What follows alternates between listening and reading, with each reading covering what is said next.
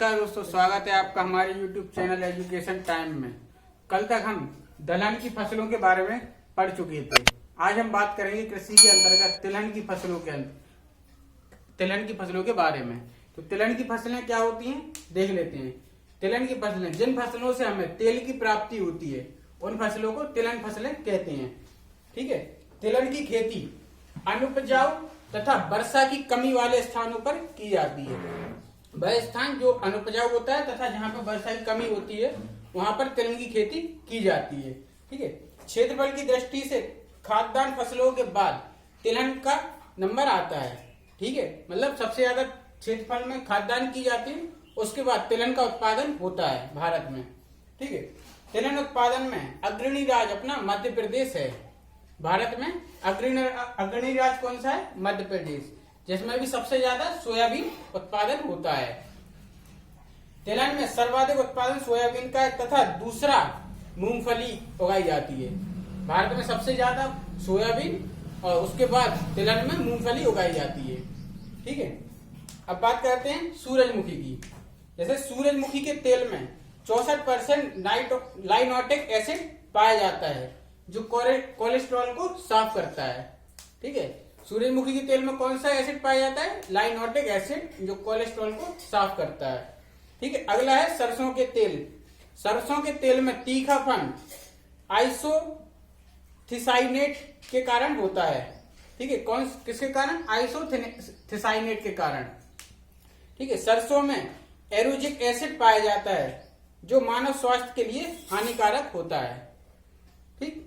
सरसों में एरोजिक एसिड पाया जाता है जो मानव स्वास्थ्य के लिए हानिकारक होता है। कुसुम के तेल का इस्तेमाल वाटरप्रूफ कपड़ों के निर्माण में तथा चमड़े के प्रिजर्वेशन में किया जाता है। कुसुम का तेल होता है, उसका इस्तेमाल वाटरप्रूफ कपड़ों के निर्माण में तथा चमड़े के प्रिजर्वेशन में किया जाता है। अब बात कर लेते हैं कुल तिलहन उत्पादन की। तो देखिए, कुल तिलहन होता है सबसे ज्यादा एमपी में। ठीक। इसके बाद आता है अपना सोयाबीन।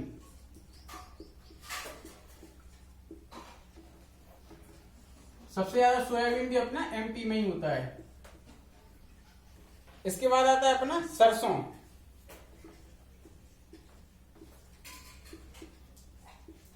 सरसों होता है अपना राजस्थान में। ठीक। इसके बाद आता है ना मूंगफली।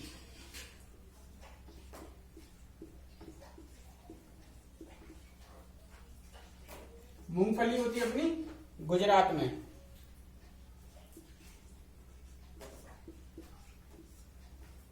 इसके बाद अपना नारियल।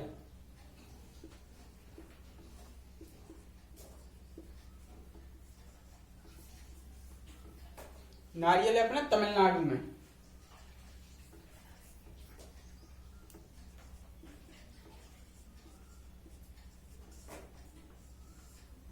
और लास्ट है अपना कुसुम।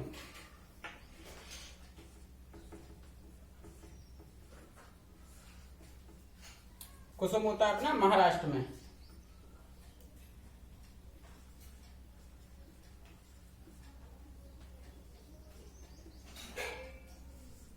ठीक। कुसुम होता है अपना महाराष्ट्र में। तो ये थी कुछ तिलहन फसलें जैसे अपन को तेल की प्राप्ति होती है, उनके लिए राज्य के क्रम दिए हैं। जैसे सबसे ज्यादा तिलहन उत्पादन होता है एमपी में। सोयाबीन का उत्पादन भी एमपी में होता है। सरसों की खेती होती है भाई राजस्थान में। मूंगफली गुजरात में। ठीक है। नारियल तमिलनाडु और कुसुम महाराष्ट्र में। ठीक है। अब बात करते हैं फसलों के पोषण स्तर की। ठीक है। फसलों के पोषण स्तर की बात करते हैं।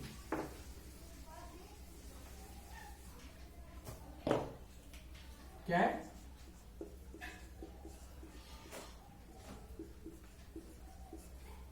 पोषण स्तर की बात करते हैं।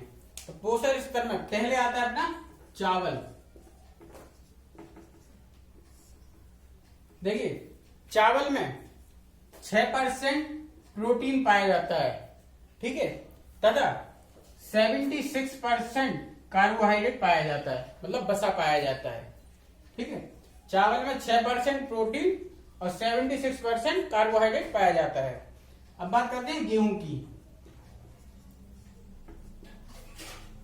तो गेहूं में 15% प्रोटीन पाया जाता है और 65% कार्बोहाइड्रेट पाया जाता है। ठीक, मक्का की बात करते हैं। देखिए, मक्का में प्रोटीन नहीं पाया जाता, ठीक है, पर कार्बोहाइड्रेट पाया जाता है। मक्का में पाया जाता है 80% कार्बोहाइड्रेट, सबसे ज्यादा।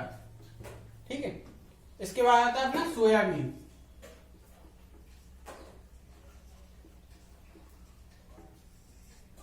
सोयाबीन में अपना 40 से 45% तक प्रोटीन पाया जाता है, सबसे ज्यादा, और इसमें कार्बोहाइड्रेट नहीं पाया जाता।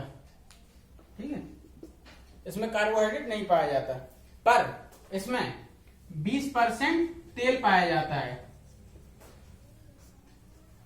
सोयाबीन में 20% तेल पाया जाता है पर। ठीक है, और लास्ट है अपना मूंगफली।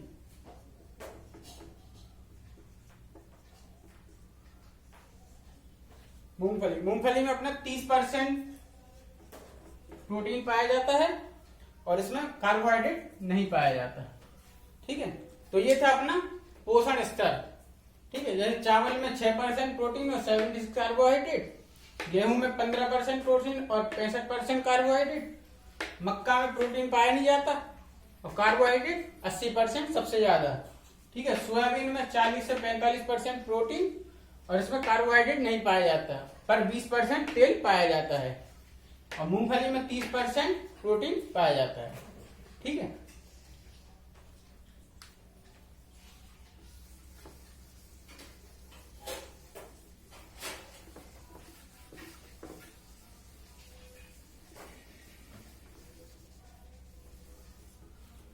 चलिए अब बात करते हैं अगली फसल के बारे में।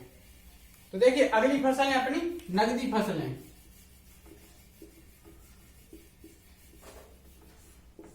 देखिए, नगदी फसल क्या होती है? नगदी फसल जिस फसल का उत्पादन हम व्यापार के लिए करते हैं उन्हें हम नगदी फसल कहते हैं।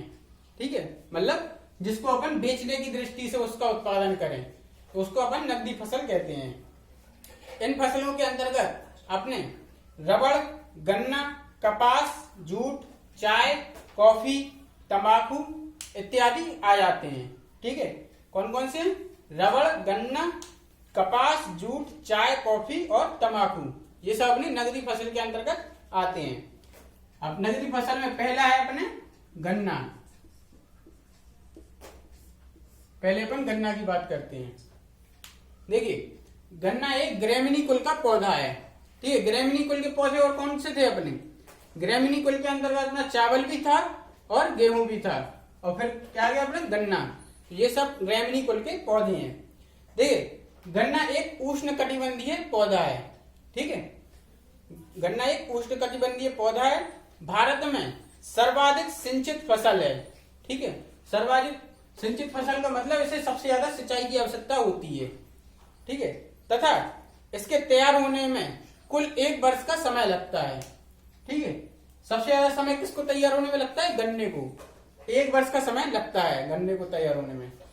गन्ना एवं चीनी उत्पादन में ब्राजील के बाद भारत का दूसरा नंबर आता है। मतलब गन्ना उत्पादन में सबसे पहले नंबर पे कौन है? ब्राजील, और दूसरे नंबर पे अपना भारत। ठीक है, जबकि चीनी के खपत में भारत का प्रथम स्थान है, और सबसे ज्यादा चीनी खपत में भारत का प्रथम स्थान है। उत्पादन में दूसरा और खपत में पहला भारत का स्थान। देश में सर्वाधिक गन्ना एवं चीनी का उत्पादन राज्य उत्तर प्रदेश है। ठीक है, उत्तर प्रदेश में 45% होता है चीनी। उत्तर प्रदेश में 45% चीनी का उत्पादन होता है। ठीक है, तथा दूसरा राज्य है अपना महाराष्ट्र। पहले नंबर पे अपना यूपी और दूसरे नंबर पे है महाराष्ट्र। दक्षिण भारत का गन्ना अधिक रस वाला होता है। ठीक है, दक्षिण भारत में गन्ना होता है वो अधिक रस वाला होता है। गन्ने के रस में चीनी की मात्रा 10 से 12% होती है। गन्ने के रस में चीनी की मात्रा कितनी होती है? 10 से 12%। विश्व में सर्वाधिक गन्ना उत्पादन हवाई द्वीप यूएसए तथा इसके बाद क्यूबा का है। सबसे ज्यादा गन्ना उत्पादन किस द्वीप पर होता है? हवाई द्वीप पर, तथा उसके बाद क्यूबा में। भारतीय चीनी तकनीकी संस्थान कहाँ पर है? कानपुर में। भारतीय चीनी तकनीकी संस्थान कानपुर में। और भारतीय गन्ना अनुसंधान संस्थान लखनऊ में है। ठीक है, तो ये था अपना गन्ना, ठीक है, जो कि ग्रैमनीकुल का पौधा था।